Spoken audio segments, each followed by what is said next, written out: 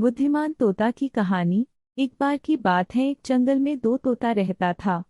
वह बहुत ही खूबसूरत और आकर्षक था। दोनों तोते बहुत प्यार से रहते थे। तभी एक दिन दोनों तोता पर एक शिकारी का नजर पड़ा। शिकारी ने दोनों तोता को देखकर बहुत खुश हुआ। फिर उसने सोचा, इसे पकड़कर महाराज के पास ले जाऊंगा तो महाराज बहुत प्रसन्न होंगे और मुझे इनाम भी देंगे। तब उसने दोनों तोते को पकड़कर महाराज के पास ले गया।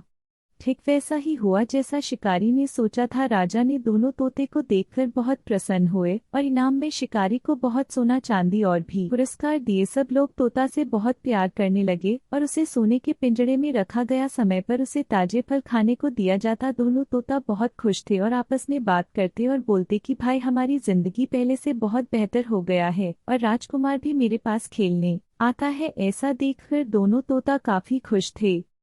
तभी एक दिन फिर वही शिकारी एक काला बंदर लेकर आया और राजा को दिया। तो राजा इस बंदर को देखकर भी बहुत प्रसन्न हुए और इस बार भी उसे इनाम दिए और सब लोग बंदर को बड़े प्यार से रखने लगे।